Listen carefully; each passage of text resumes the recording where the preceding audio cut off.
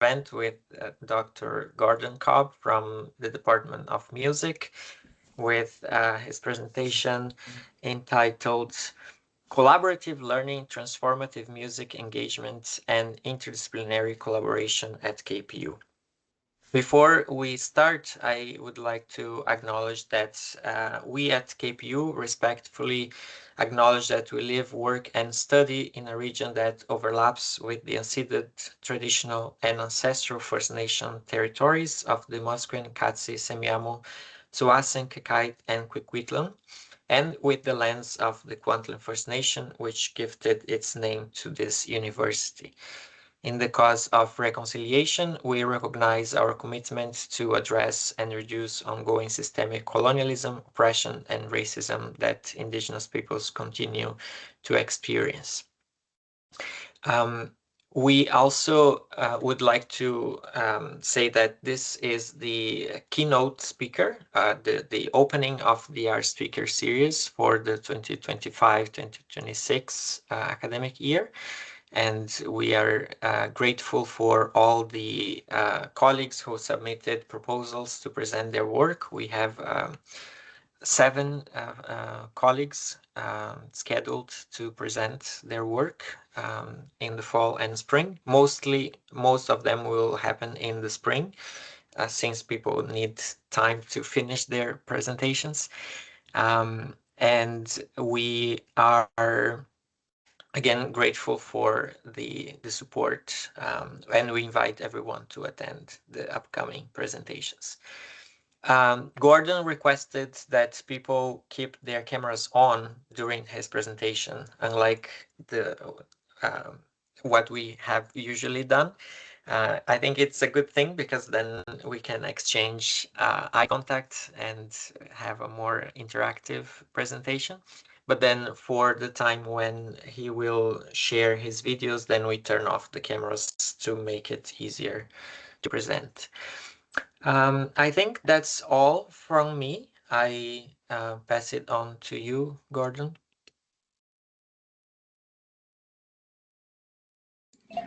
All right. Thank you, Fabricio. And welcome, everybody. Thank you for coming today. I'm just going to I'm going to shift some screens around here. I'm working on 3 screens. Okay. So we are talking about collaborative learning, transformative music engagement, and interdisciplinary collaboration at KPU. And today, what I'm going to do is I'm going to present some new research questions that are sort of floating around in my work and teaching practice at KPU. And this will be from the perspective of my work as both an instructor in the music department and the chair of the music department, but also as a digital content producer. So there are a few people here that I don't know yet. So I'm the chair of the music department, and I'm the creator of the music minor and our new music diploma, which we are hoping to get into Senate this fall. And our music department has been going through quite a severe rebranding over the last 4 or 5 years. And Dean Boyd, Shelley, and I, we have been working really hard. We've done a pretty deep dive into the current and future music industry and how KPU can be of service to future music artists so that they can not only enter and thrive in the music industry, but also maybe even contribute to its revitalization and the modernization of the music industry in Surrey and Langley and all over the Lower Mainland. So I've also been working as a digital content producer for KPU since about 2018. And some of this work, especially the stuff at the beginning, was volunteer or service work that I did actually with Shelley when she was our associate dean. And it was kind of how I brought that skill set, to the forefront. And then after that, it became time release work from the president's office or the provost's office or the faculty of arts. So let's see if, there we go. Yes, let me mute this one here. So what is the big idea? What am I actually looking at here in this presentation? Now, I've given a few presentations at KPU that over the last few years that kind of explored similar topics, like how to design an engaging collaboration that can be transformative within a wide spectrum of educational settings. So when I present, I don't always just talk about music. I often try to talk generally or like holistically about education. Uh, but today's presentation is different. And what has changed in the last 3 or 4 years? Well, of course, it's AI, right? And in particular, in my case, the emergence of generative AI. And this is the type of AI that can create still and moving images like video clips. It can write completely fully realized music in any genre possible, complete with AI generated voices and lyrics and everything else. And, you know, people are freaking out about this, but I'm not. I see it as a challenge and I just see it as, you know, the nature of creativity in the world and technology. So the questions that I've been kind of wrestling with or observing and thinking about that I'm going to share with you guys today is this. So, how can Gen AI be used to enhance the creative process in a way that's useful and helpful?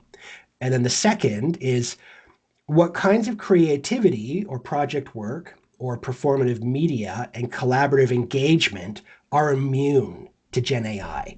In other words, what parts of being an artist or a teacher or a creator will never be able to be replaced by AI?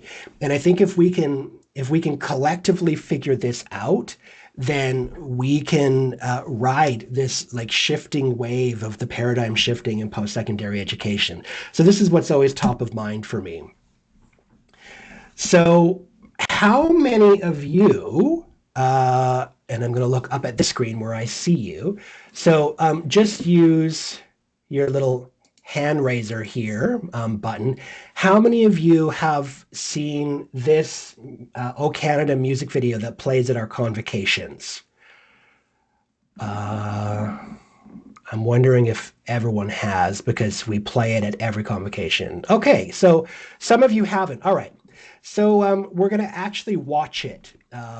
It's going to take a little bit of time for my presentation, but I think it's worth it because it helps to get the conversation going.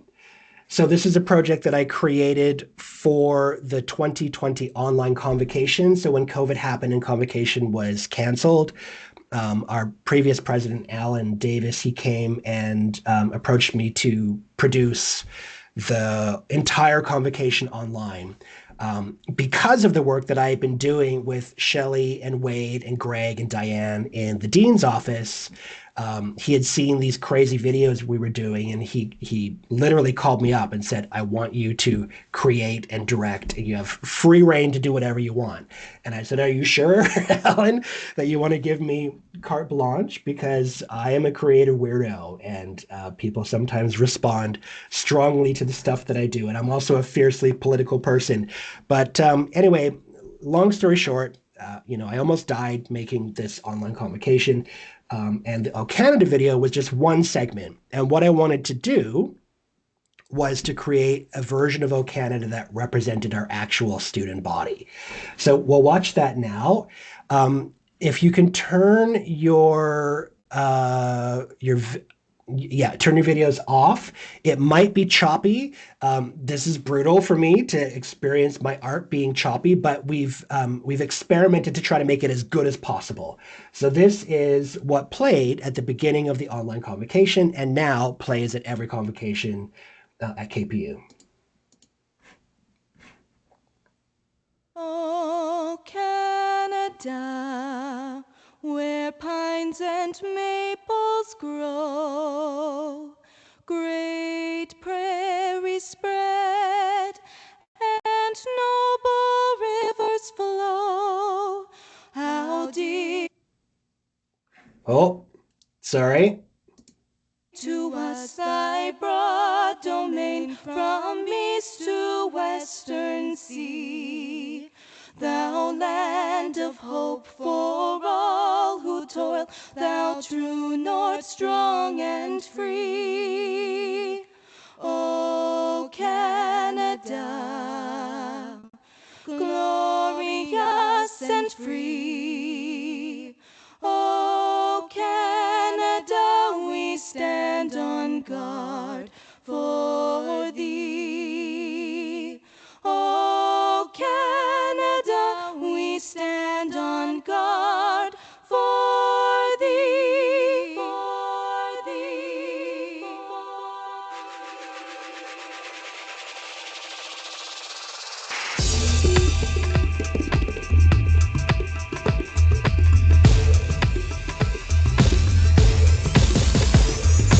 Oh, Canada, our home and native land. Dobro i siede floro glorie. Laki kadam kadam ham janam janam Satya uddesa dolada.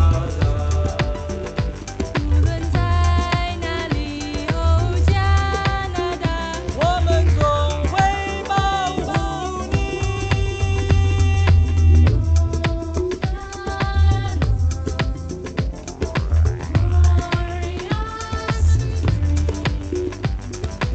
Oh Canada, ci mettiamo in gabbia per te.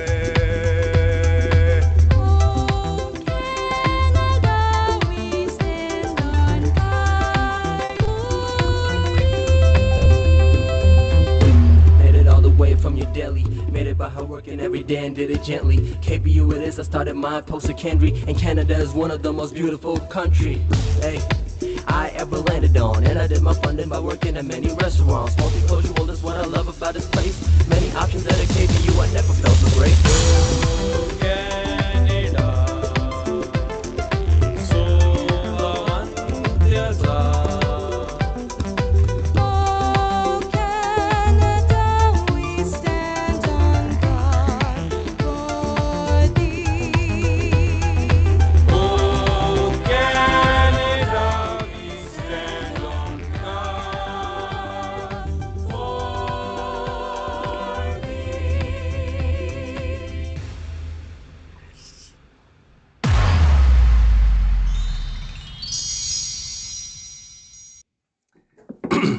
thee. So yes, those are my students, my music babies. And so here's the question I want to ask you. This little music video, and I've made over 100 music videos. This seems to be the one that kind of went viral. And I don't mean online, I mean like socially it went viral. It kind of spread through the KPU community. I started getting messages from faculty who were saying, like, I turned and looked at the audience at convocation and parents were crying and the students were crying, blah, blah, blah. And so it's now become part of the culture of KPU. We played at convocations and I love it because my students look amazing. It's a really interesting idea. So here's the question. Why does this resonate so much? So I'm going to ask you, why do you think this is the particular video? And I made a lot of real good ones, a lot of sassy stuff. Who thinks that they have an idea why this is the one that took off so much? And you can turn your cameras back on so I can see you. Oh, Elena, hi. So this is the interactive portion of this presentation where you need to be active participants. So why do we think this is important? I'll wait maybe a few like 1 minute and then I'll probably just tell you. But if anybody thinks they have an answer, they can let me know. And Shelly, I know that you already know the answer because we've talked about this for like 1 million minutes over the last few years. All right, well, maybe I'll just... Oh, yeah, go ahead. Maybe the fact that it includes representation from a very diverse group of people. Yeah. and that it represents, as you mentioned in the beginning, the student body. Yeah. Have you ever heard O Canada in Hindi or Punjabi or in Urdu or in Italian Mhm. or Mandarin? Do we have a lot of Canadians who speak those languages? Yes, we do. Were there translations of this online for us to use? No. French, yes, but not in any of the other languages. So here's my point. Let's see. I just got to get back into my PowerPoint here. All right. So here's the meat and potatoes of this whole presentation today. And I actually wrote it out so that I'll do it really quickly so that we can just get on. So art can serve personal and political agendas that can emerge from various approaches to critical discourse. And we all do critical discourse in different ways, but at the end of the day, it's still critical discourse. So what I mean by this is this music video is just as much about the text as it is about the music or the image. All three parts are just as important. And the more I learn about visual arts or the aspects of design or filmmaking, the more I realize how similar it is to music making and sound design. So in our new music program, we no longer function within a vacuum or a siloed space. In fact, we're trying to do the opposite. We're casting webs out in every direction. We don't limit our curriculum to just the medium of music, especially when combining creative modes of expression can enhance the meaning-making potential of our musical ideas. So the national anthem, when it's written just as a text, we read it silently with our eyes and we kind of hear it or process it silently in our brains. And by adding a melody or music to this text, it doubles how much meaning can come out of that experience, right? So the written word combined with the medium of music doubles its potential to create and produce and communicate ideas.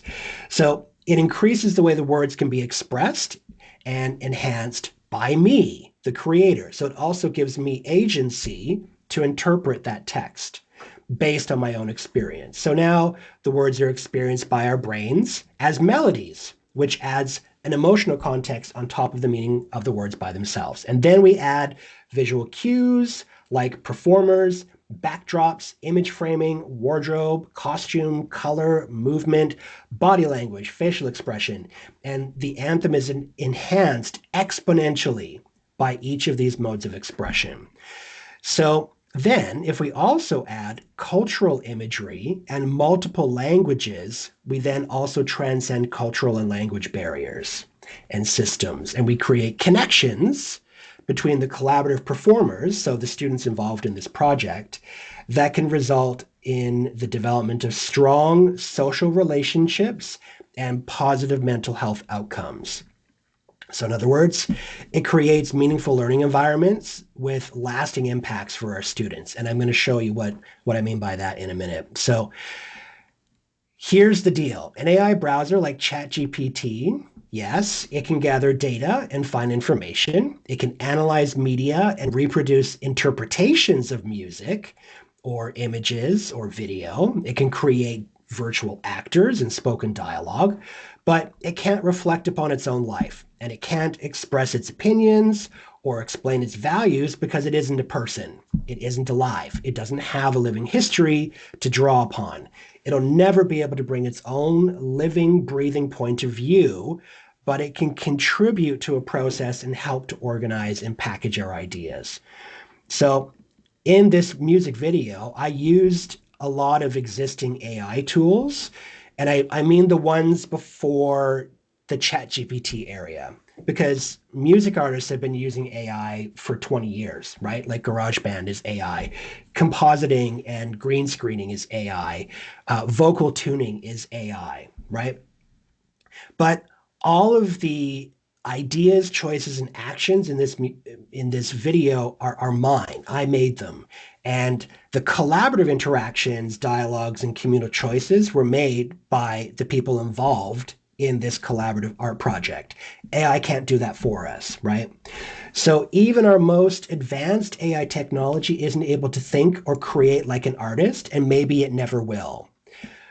So this is kind of where I'm headed with our music programming at KPU. This is what Shelly and I are talking about a lot. We're talking about it with Diane. We're talking about it with David Burns. We're talking about it with, anybody who will listen to me. So I'm trying to recreate the music program at KPU. And yes, AI is powerful, but so is humanity, and so is our ability to create and connect and collaborate. So that's kind of the meat and potatoes of what I'm proposing today. So let's take a look. This is the casting list for this music video. These are all the students that I worked with. And we had to create the translations for this. And it was actually quite an arduous process because translation can be tricky. And so what I did is I got the students to either work with their parents or their elders. And they chose the lines that they wanted in the song, and then they brought it to people who were experts in their language. And then they produced the most accurate and meaningful interpretation in their translated language for these lines.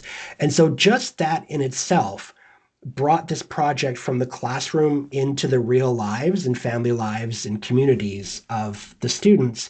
And then they brought them back, and then we figured out how to translate them using text and whatever else. And for those students, it was like them taking ownership of their Canadian identity by translating a couple of lines of our national anthem and making it theirs. And this is pretty huge, especially if you're an undergraduate student, you're like 21, you're trying to figure out, your life and how things work. And you get an opportunity to do something like this, and it was really cool. And then some other people would that saw this while I was making it would be like, I don't think that Mandarin translation is accurate. I asked my mom about it, and she said that it actually needs to be like this. And then that expanded the community even more. It extended the discourse even more. So what's also really interesting is what kind of transpired was transformations that happened with these students that I didn't find out about until like years later, because this was 2020, so 5 years ago. Gagan,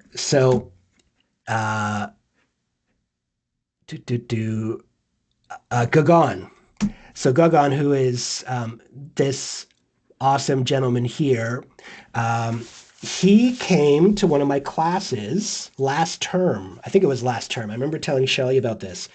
So Gagan was an international student. He was doing a 2-year general degree, and he found the music department, and he started taking some courses. And he was very quiet, and he did a good job, and he got good marks, and then he graduated, and he went off.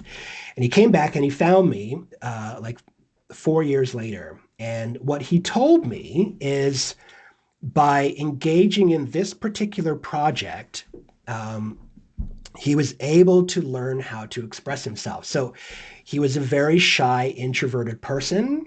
He had a hard time making friends when he came here from the Punjab because he's an introvert.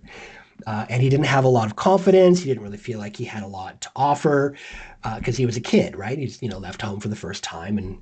But he said in the process of doing this project, he realized that like I can get up and sing and perform, and that's pretty cool. And what he's doing now is he came to tell me that he now works for a local Surrey-based Punjabi radio station, and he's the producer and the host of this daily show. And he uses the skills he learned in these music tech courses, but he's not making music. He's running the radio show and using the technology that they used there. And he said that he would never have had the confidence to even attempt to do this if he hadn't done this music project. And he has no intention of being a musician, but we know this. We know that just because you take a music course, you don't have to be a music artist. What we're teaching is universal. And we're teaching technology, but we're also teaching, 21st century skills like collaboration and critical discourse and critical thinking. And that's just one story. There's the students who are involved in this project are pretty fierce young people. Like, for example, this is Samantha Jack. She was doing a lot of pretty cool, radical activism, Indigenous activism at KPU, and so that's how we kind of cross paths.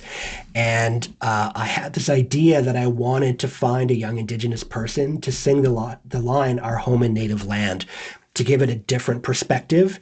And she was all over it, and she got it, and she owned it. And she's like, I don't know how to sing. I've never sung before. I said, trust me, I'll coach you. We'll figure out how to make it work. I have tuning technology. I can make your voice sound awesome.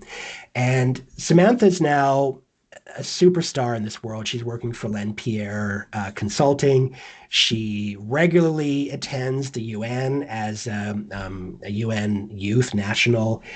And she's kind of off and doing her thing. And I had the privilege of working with Samantha before she went off and became kind of a pretty cool, famous person in that world.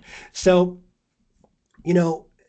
this is where I'm going with this is, yes, the AI technology exists. So you can see over here. So this is one of the other performers standing in front of the green screen. And then here he is in the video.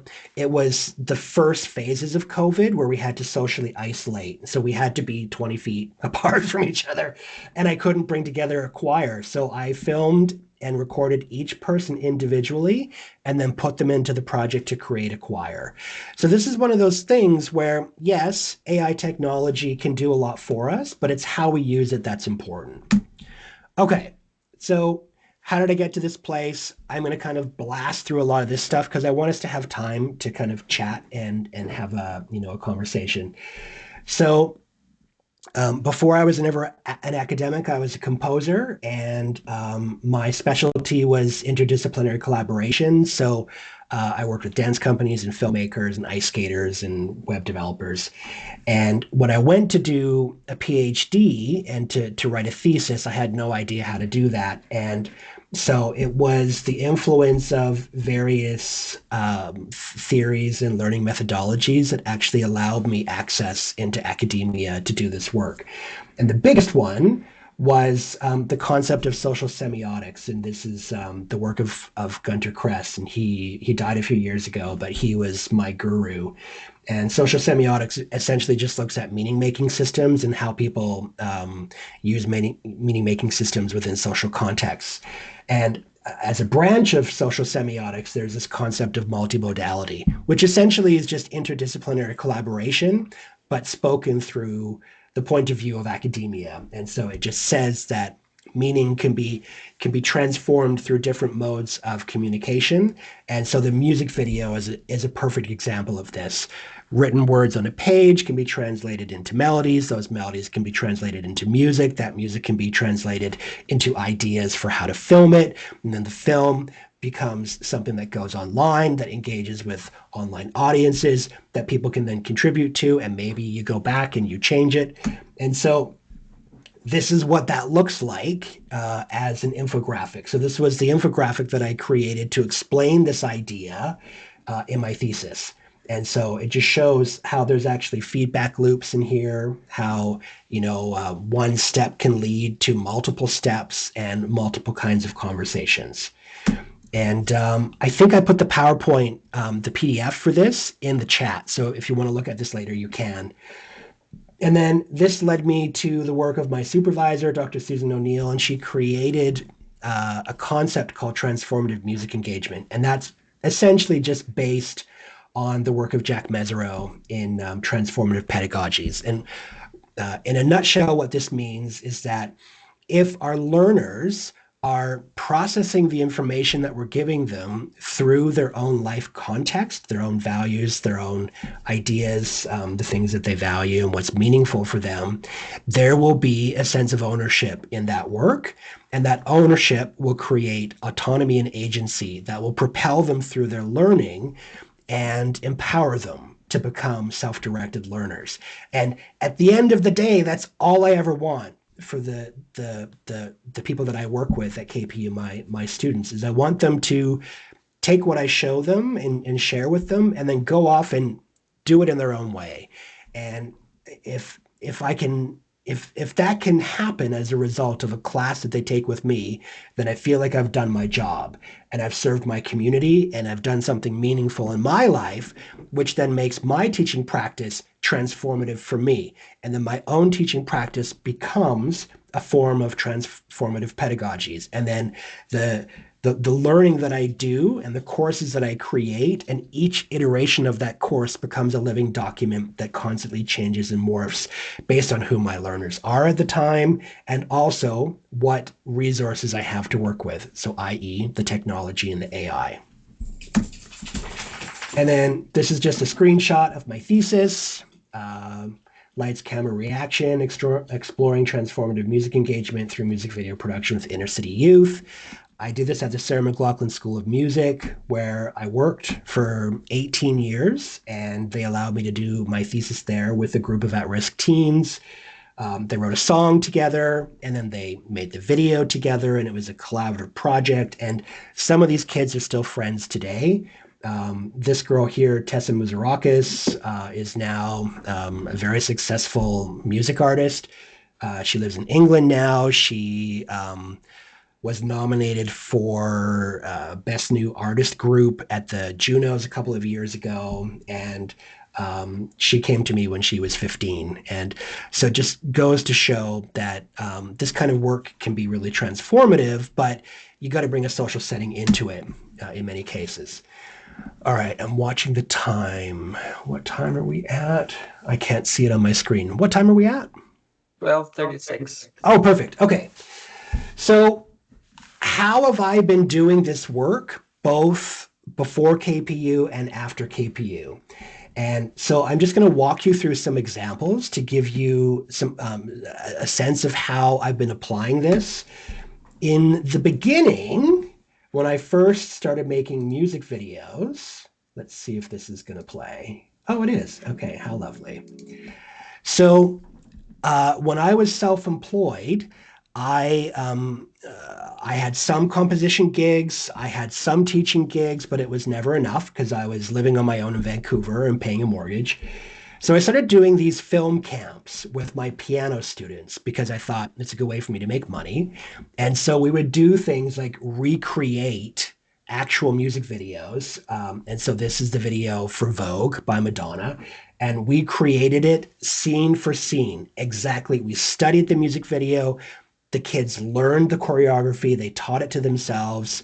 I was friends with the head of wardrobe for the Arts Club Theater at the time, and so we borrowed a ton of costumes. We recorded the song with the students, and then we made this really beautiful looking music video. And in the beginning of my career as a digital content producer, this was the kind of stuff that I was doing. It was fun, it was sassy, it empowered kids to express themselves and to take risks and to perform and to do all sorts of crazy stuff, right? And I thought that was the key, was make it look good and make it fun and teach kids to perform. But of course, you know, there's so much more to that. And so what I learned by going into academia was the critical component of that. And then I started to get gigs in the K-12 system.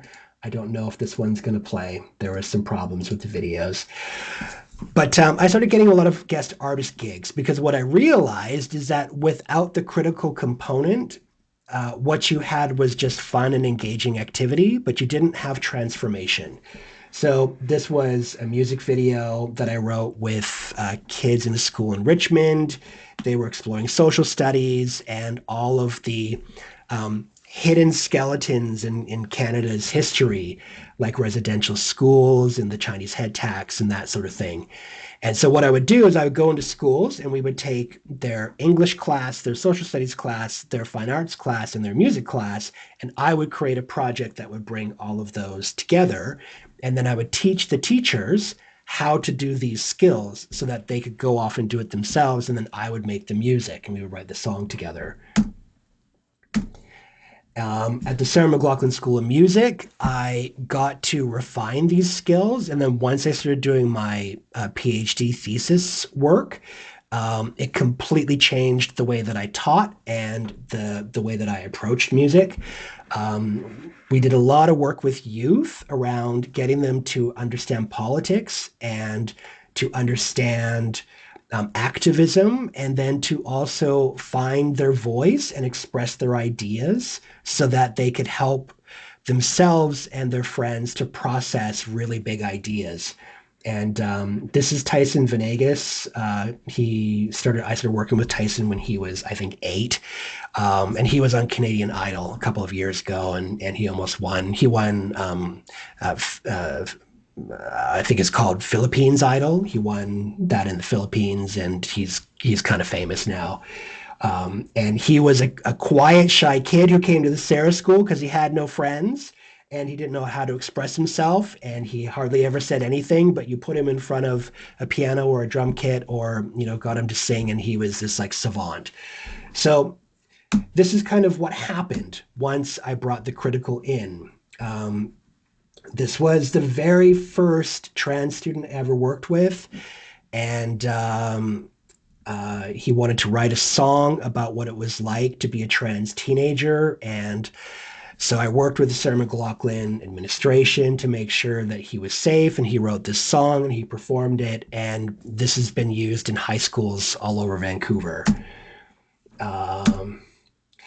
And then there's my own stuff that I do. So as you all know, I'm a sassy unicorn, and I am a performer and a vocalist and a composer in my own right. This is my 7-part harmony version of Spider-Man, the theme song, in a jazz style.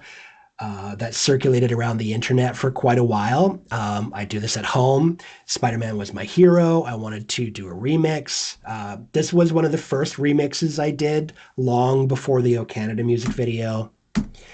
And then the work at KPU just exploded. So this was just in like 2018 to 2021. I did Truth and Reconciliation Day, prior learning assessment videos, KPU Sports and Rec, Orientation Day 2021, the installation of Kim Baird, which was a full like 45-minute online event, convocations for 2021 and 2022 online, a bunch of videos with the English Language Studies design department, the Wilson School of Design. We did a whole series of videos teaching the students how to use the technology there so it wouldn't get broken. Tiny Homes Reimagined was a project with Heather and Wade that I worked on. And like, this is just the beginning. I actually don't even know how many projects I've done at KPU because I've just been doing them and living my best life and, being chair of the music department and all of that. This was the I Do Declare campaign back in, I think, 2019. Made this with the dean's office. More details about the work I did with Wilson. The incredible Jocelyn Limburner from the psych department. We did a research project together where the students looked through the lens of mental illness by creating videos that expressed their ideas and what they were learning in class, and they had to translate that through video production. So no music here, just video. Same set of skills, just, the mode of music wasn't included. And we presented this at KPU. We also went to Dalhousie and presented it there. And some of these students still keep in touch with Jocelyn and still say, when are you doing this course again? I would do it again in a second if there was funding. There's the Wake Up Social Justice Music Festival, where I apply all of these ideas. And we've expanded what's even possible to teach in a music course.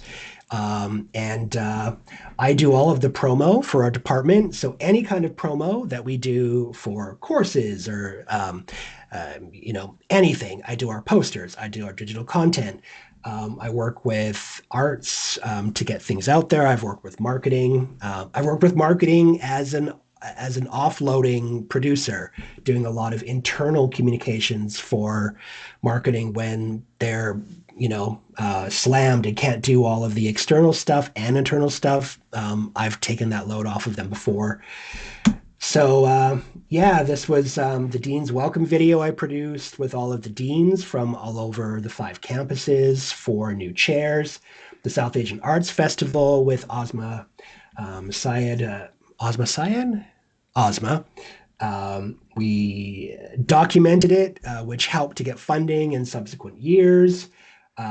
Every now and then, I'll do one of these sassy videos for someone who leaves KPU or whatever. I'll do a remix for them, and on it goes, right? Kim Baird, I do her chancellor speeches for convocation. This was the Including All Citizens Pathway film project I worked on with Fiona. A series of 5 films where students with differing abilities tell their own stories through theater and film. Lots and lots of interviews. So this was with President Davis and Skip Triplett, who is one of the major contributors to the Wilson, or not the Wilson, the School of Business at KPU. Research talks between academics at KPU. This was about restorative justice, but I've done lots of other ones like queer students at KPU, international students at KPU. And so what now? So all this work has happened, and now what? So here's where my brain is at. How do I continue to be innovative and competitive within my role as a program and curriculum developer in the field of music education? So how do we move through this AI crisis and still be effective as instructors? How do I stay relevant in the unpredictable post-secondary education sector? So it just seems like every year there's a new crisis for us in post-secondary. And so I just try to keep my eyes looking forward and I try not to get too distracted by the crises, whether it be COVID or the international student crisis. I'm trying to just do really good work that's relevant and timely and helpful. How do I compete with the emergence of powerful Gen AI tools? Well, I do it by making the work not about the Gen AI and just making the Gen AI part of the process of what I do with my students. How do I make KPU a desirable and superior destination for the next generation of music artists? Well, we just have to do something that nobody else is doing. And fortunately, because Shelly and I are starting from scratch with our new music program, we're able to do that. How do I make KPU a destination university for all KPU learners? Well, I share my work and I try to work with as many people as I can at KPU and listen and learn from them and then contribute wherever I can. And that's basically it. So that's the PowerPoint. And I did it in time, and we have like 3 to 5 minutes for conversation. And I'm sorry that went by so quickly. There's nothing worse than having to rush through a Prezi, but there's a lot to say, and I've been working at this for a long time. Okay, so, thank you, Tara. Does anybody have questions or comments or anything that they want to ask me or even just contribute to the conversation? Did everything I said make sense? I've got the Monday morning brain fog, and I think I got through it all. So, Tara, go ahead. This is incredible, Gordon. I love that I learned so much about your work that I didn't know about.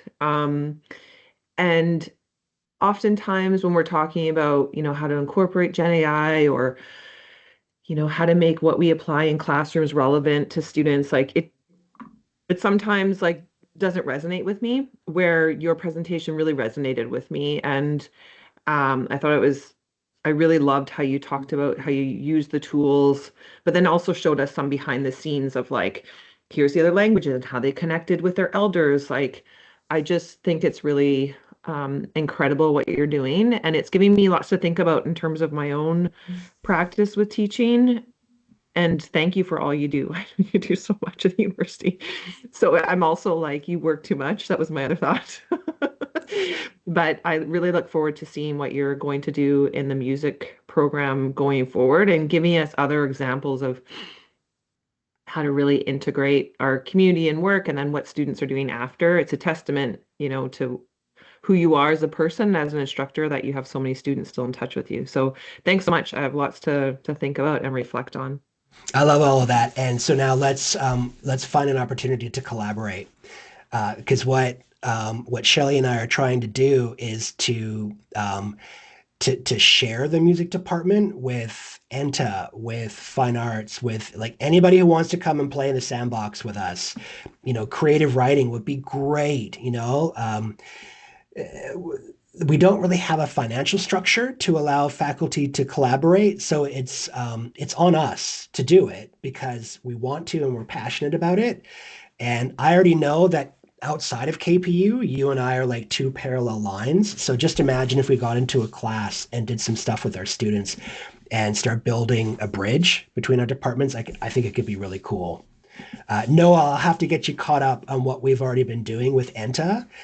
We've already been working with the video game students, and our students are making music and sound design for their projects and that sort of thing. I love what ENTA does and the possibilities that it creates for our music students. So, but yeah, thank you, Tara. That was lovely. Anybody else? I have a question. Yes. But before the question, I also wanted to reinforce what Tara said. It's really impressive and it's inspiring as well. Especially your reflections on AI to avoid this fear and the freaking out, because AI can be very useful. I think the challenge is how to use it in a critical way. Yeah. So my question is about the video of the anthem, which is, I think, fantastic. It breaks many stereotypes and many expectations. So I really appreciate that. And the question that I have is how did you reconcile the fact that on one hand, the intention was to show diversity and recognize the diverse backgrounds of students, etc. And also, I noticed that you included an Indigenous student, and that while many Indigenous people recognize themselves as Canadian citizens and recognize the Canadian state, other Indigenous don't, and they feel that the existence of the Canadian state is a threat, and it's the reason why they have been oppressed, and so on and so forth.